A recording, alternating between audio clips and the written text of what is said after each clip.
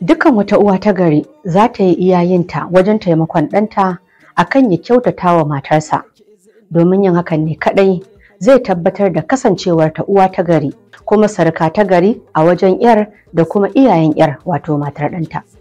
Haba uwar miji, me zai sa ki ɗauki kanki tamkar kishiya a wajen matar ɗanki? Kina matsayin uwar miji, amma kina saka idanu akan dukkan abin da ɗanki zai yi wa matarsa. Shin ashe ba ke ya kamata a ce kina tallafa masa wajen kyautata wa 'yar mutane da take a matsayin sarka a gare ki ba?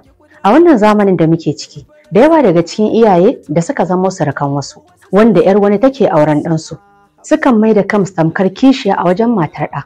Idan ɗansa zai yi wa matarsa abu, to su ma sai ya yi musu, idan bai yi ba kuma sai cibi ya zama ƙari. A matsayinki na uwa a wajen ɗanki mai nuna soyayya, ƙauna, gami da kulawa a gare shi, ya zama wajibi ki nuna ƙauna da soyayya da kulawa a wajen matar ɗanki. Kar ki manta ɗanki ya rabota da gidansu hannun iyayenta ne kaɗai ta dalilin aure, ba wai don iyayenta sun kasa kulawa da ita ba, sai don kawai aure da ya zamo sanadiyyar hakan. A matsayinki na uwa kuma sarka, ki taimaki ɗanki akan sauke nauyin da ya rataya a wuyansa na samar da kyakkyawan yanayin farin ciki da farantawa tare da kulawa ga matarsa, domin a matsayinsa na ɗanki, to ita ma matarsa ya ce a wajenki, shi da ita duk sun kasance 'ya'ya a gare ki. Ki sani ya ke uwar ɗa, a duk lokacin da kika zamo mai saka idanu akan abin da ɗanki yake yi wa matarsa, har kina yin kishi a kai, to raini zai iya shiga tsakaninki da ita.